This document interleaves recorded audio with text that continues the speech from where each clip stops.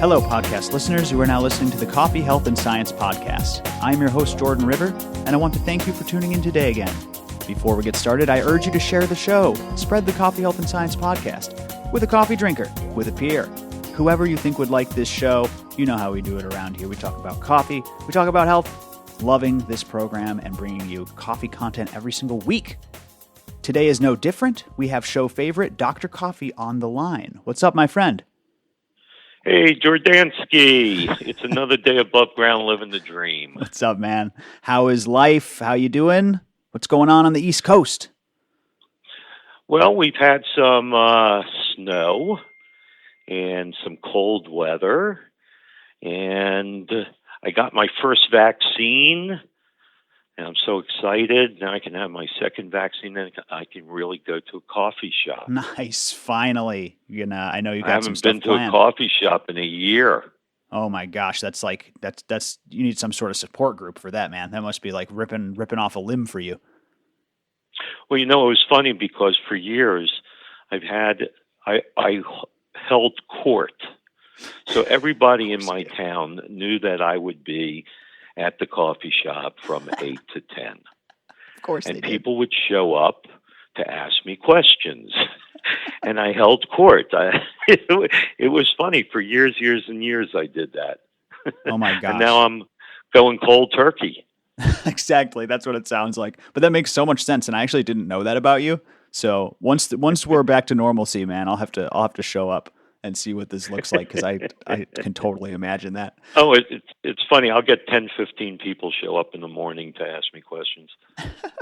I'm telling you, like a Who do minor I know celebrity that does this? And that's hilarious, man. That's too funny. Today's episode is it's overdue. This is a long overdue episode. We love the coffee news episodes that we do, but it's been a while just because there's been so much awesome content to cover, and we've got some great articles stacked up here that we're going to go over. And I'm telling you, this coffee news is there's always something going on in the world of coffee. There's something going on in the world of health and science. So I love doing these. You ready to go over this series of articles, Dr. Steve? I'm excited. Let's do it. Let's do it. I'm here. So let's start with these first two articles, kind of a dual coffee article attack here. And this is something that I wanted to kind of go over because this is obviously a subject that you're just deeply familiar with. Now, two articles, one titled "Black Coffee Can Be Good for Your Heart," studies show, and also another one, "Daily Coffee Tied to Lower Risk of Heart Failure."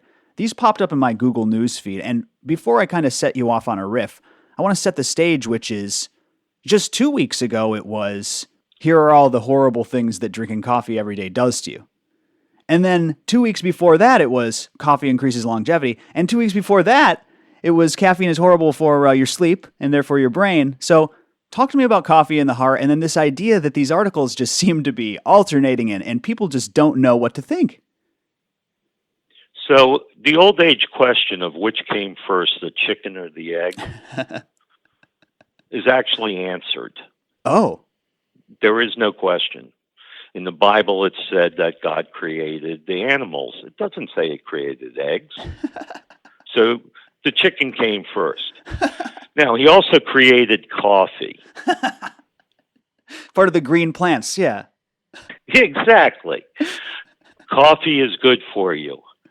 There is no question. Stop with the coffee is not good for you. The problem is that some people are sensitive to caffeine. Sure. And some people are sensitive to some of the chemicals in coffee. Sure. That's with everything in life. Yeah. But for the most part, coffee is good for you. So when I see these studies that don't have a lot of good grounding, Sure. don't look at good data, Mm-hmm. don't do an understanding of the data and the trials, don't have good clinical trials, I have to just throw them away. Mm-hmm. But the ones that have good clinical trials, like the data analysis for this black coffee can be good for your heart, Mm-hmm. it's a very well done study. Yeah, it appears that way. Massive data analysis. It says 5,000 people with no diagnosed heart disease, and it followed those people and their offspring for 72 years over 3 generations. So, I mean, talk about a comprehensive, kind of snapshot. Yes, and if we look at the analysis, it's a very interesting analysis because what it really says is that people who have heart failure, are we talking about the same one? Oh, yeah, I think so. We might be. Okay, people that have heart failure, Uh-huh. If they use caffeinated coffee, then the heart works more efficiently. Oh, that's interesting. If they don't use caffeinated coffee, if they don't drink coffee or they drink decaf, then the heart works less efficiently. Right. That is fascinating. Yeah, this is So the Framingham heart study. This is the same study, I believe, 2 different articles on the same study. So this is a wide-ranging study. My gosh. yes, I think I've made the case for a long time that caffeine is probably the most wonderful drug we have. Right. And that if you're sensitive to it, then instead of just drinking it occasionally, you probably need to drink it more often, and you probably need to take it with L-theanine. Oh, yeah, that's right. You talk about this supplement you can take. It's present in tea, and that's why a lot of people can handle tea and not coffee. And that supplement can cure some people's caffeine sensitivity. Good call. Yeah, so I love L-theanine, and I take it with my coffee every single morning, and I think it does wonders. And then when I really need my caffeine kick, I will go decaf for 2 or 3 days. Oh, it's such a killer. And then I'll have my coffee with my caffeine kick. And people are more sensitive when they only have caffeine on occasion. They do get used to caffeine. Sure. Kind of a tolerance. Like any other. Exactly. And the other thing is that if your liver is really not functioning well, you're not going to tolerate caffeine because you don't have good caffeine clearance. Oh, that makes sense. So a sign of poor tolerance to caffeine means try and clean up your liver. And there's some really good, safe liver detoxes out there. I have a wonderful detox program that I would be glad to send any of your listeners. All they have to do is email me at doc@level1diagnostics.com. That's the numeral 1. Yep, doc@level1, not O-N-E, but the numeral diagnostics, TICS.com. Or they can email you and you can forward it to me. Sure thing. And I'll be glad to send out a wonderful detox program. Love that, man. You got so many resources at your disposal. One thing I do want to point out in this study, and this is something that, this is something that you look at when you're trying to determine causality. It appears that this study also points to something we've known already, a dose-dependent effect on coffee. When it comes to the heart failure specifically, 5 to 12% reduction for each cup. So when they looked at the higher coffee drinkers, their reduction was decreased about 30%. 2 or more cups is 30%. That doesn't. Sure, but I think there's a curve on that for most studies, which is once you get past 4 or 5 cups, right, it does not keep heading exponentially into helping you. Good point. That it does also seem to be the case. Interesting stuff, man. More data to back it up. On the subject of kind of caffeine and sensitivity and all of that, I got to drop this on the podcast. I don't think I've said this before. Maybe I have. Maybe this isn't news to you, Dr. Stephen. I don't want to make people jealous here, but do you know that I've never had a caffeine withdrawal headache? No, but if you hum a few bars, I'll be glad to sing it with you. Is that really? You've never? Yeah, is that uncommon? I've taken cold turkey breaks from coffee. Never felt a headache from caffeine withdrawal. Is that uncommon? Have you heard that before? It's uncommon. Most people, when they withdraw from caffeine, can get some symptomatology from it. Yeah, man. I must have some sort of superpower. I need to be studied. Got to study my brain. Pickle it and study it when I'm gone.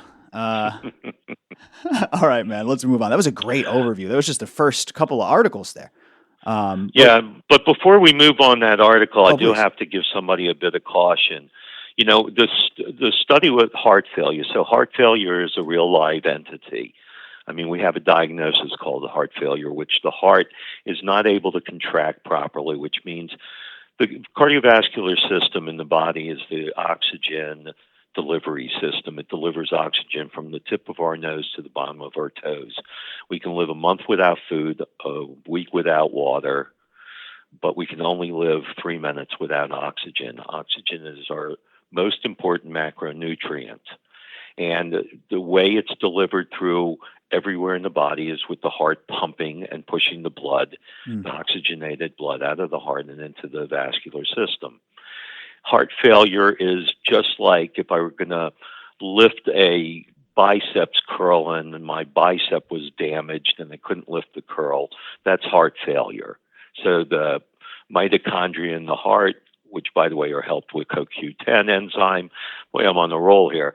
The mitochondria in the heart cause the heart muscle to work. We need good mitochondria. If the muscles are not working, we have heart failure.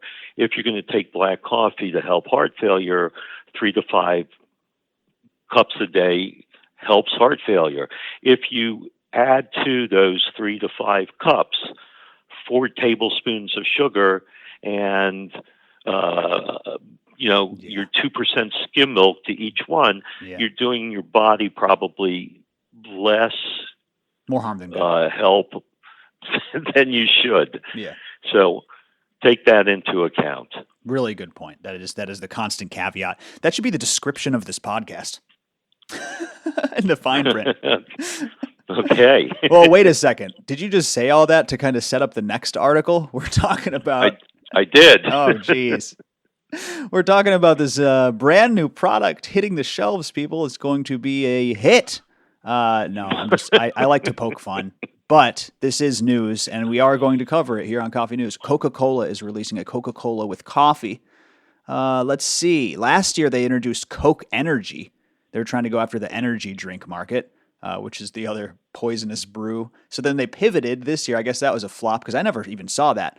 But Coca-Cola with coffee, I think it's just called Coca-Cola with coffee. I'm surprised they didn't try to make some new name. It comes with dark blend, caramel, and vanilla. Dark blend. Shouldn't be dark roast.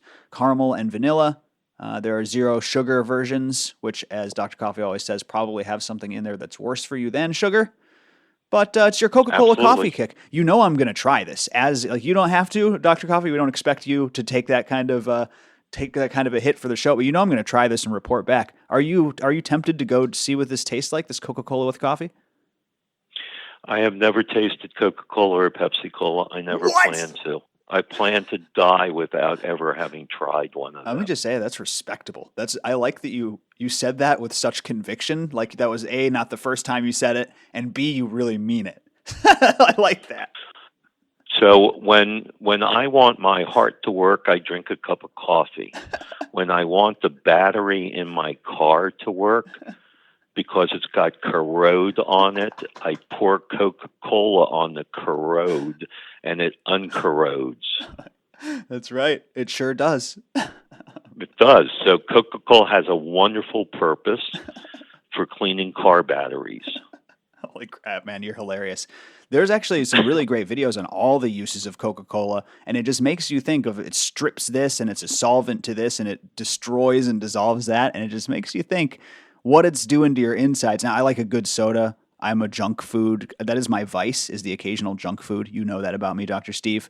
But soda is just so, we've said it before, that's what's contributing to, that's what we have in this country with our super obesity problem that other nations just don't have. Even the ones that eat a lot, and they just don't have that liquid calorie, liquid sugar boost into their diet. So that being said, you know I'm trying this. And I will report back to you guys.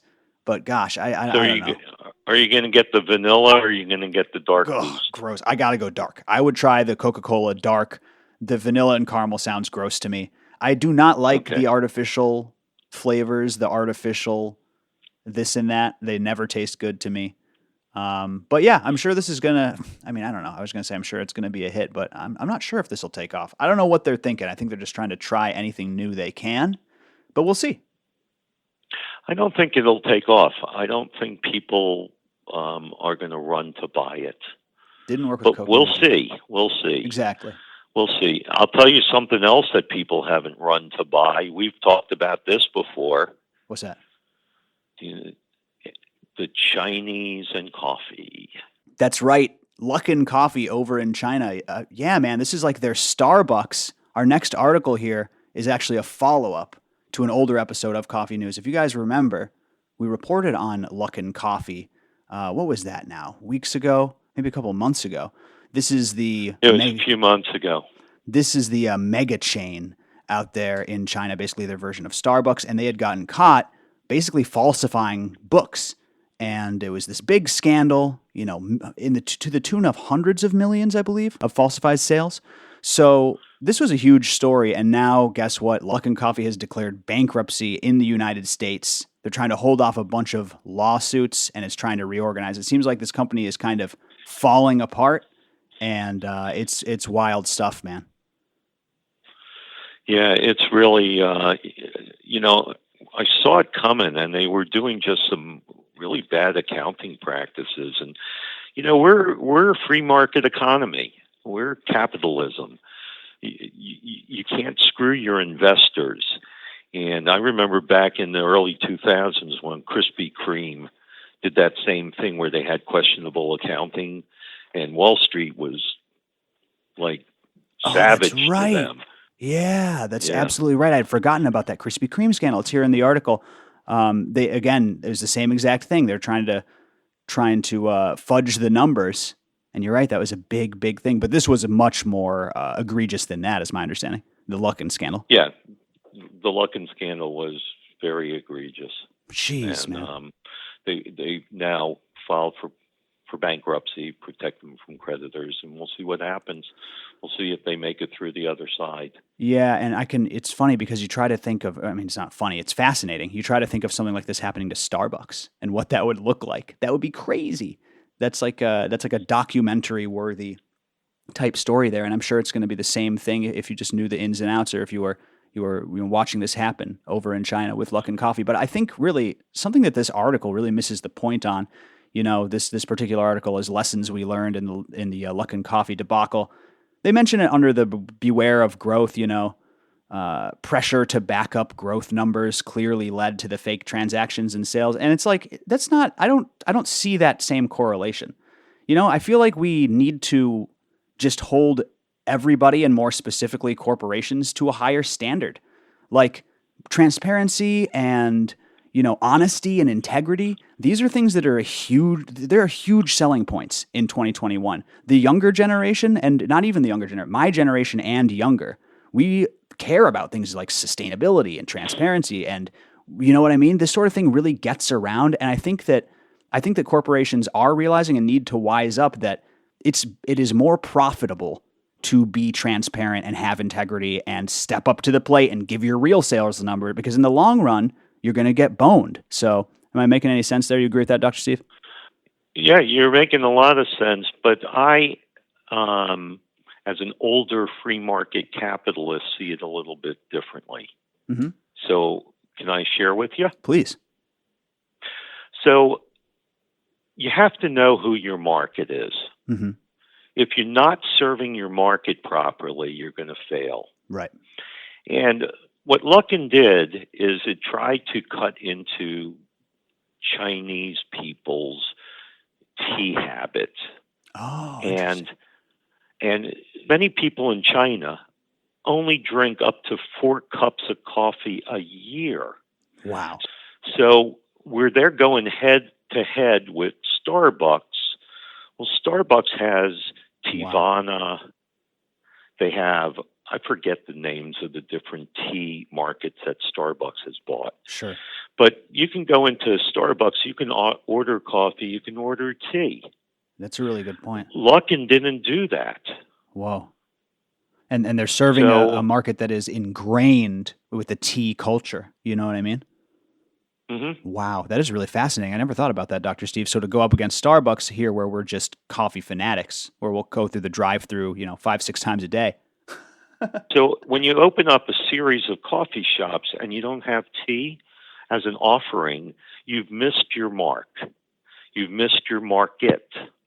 Really, and so I think it's really fine to make sure you have you're catering to the market you're in. Interesting stuff. I love that take, Dr. Steve. We'll see what happens with Luckin, and best of Luckin to them.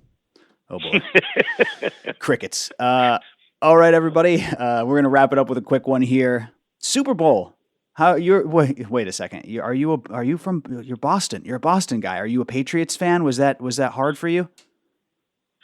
So I'm a Baltimore guy. Oh, Baltimore, which is the Ravens. I'm sorry. I mixed up my East Coast. Now I feel like a fool. So you don't care about the... Let me ask you this, though. Have you seen that the local Wawas, I guess that's the wacky convenience store you guys have out there, are giving out free coffee to celebrate the Bucs Super Bowl win? Is that kind of like a consolation thing? Isn't Wawa like a Boston or Philly thing? How does that work? So I'm not really sure how it works, but I know it does work. So Wawa is big around here. Wawa is like the in place. People go into Wawas. We do more Wawa business than we do 7-Eleven. Oh, okay. So it's like a convenience store. I've heard of this Wawa. You're getting a hoagie. You're getting a coffee. I'm like, what is this place? I've never seen one. It sounds bizarre to me. I'm going down to the Wawa. Always said with a funny accent. Yeah, Barbara Wawa, I think. Barbara Walters. Barbara Wawa. Now from Saturday Night Live or whatever it's called. I can't make fun of your accent either. I'm from Chicago, man. We talk so goofy. If you go downtown, man, it is. You don't gotta do that. Don't do that. So anyway, going back to Wawa. Yeah. Anybody on the East Coast that has Wawa is offering free coffee or fountain drinks on Monday to celebrate the Tampa Bay Buccaneers Super Bowl win. Now, is this going to get out in time? Yeah, it is. This is going to get out in time. I want to make sure that people can go take advantage of this. But go to your local Wawa and enjoy. And good for them, giving out free coffee. Shout out from the Coffee, Health, and Science podcast to Wawa, one of the biggest convenience corporations on the East Coast. All right, man. This was a wonderful coffee news overview. Thank you for spending this time with us, Dr. Steve. Always a pleasure, my friend. Have a wonderful, wonderful weekend. Everybody make sure you're subscribed. And remember, if you need a liver detox protocol, you can hit up Dr. Coffee, Doc, D-O-C, at Level 1 Diagnostics. That's the numeral 1. Thank you so much, everybody. Stay subscribed. We'll see you next time on the Coffee, Health, and Science podcast. Have an extraordinary day, guys. Bye-bye.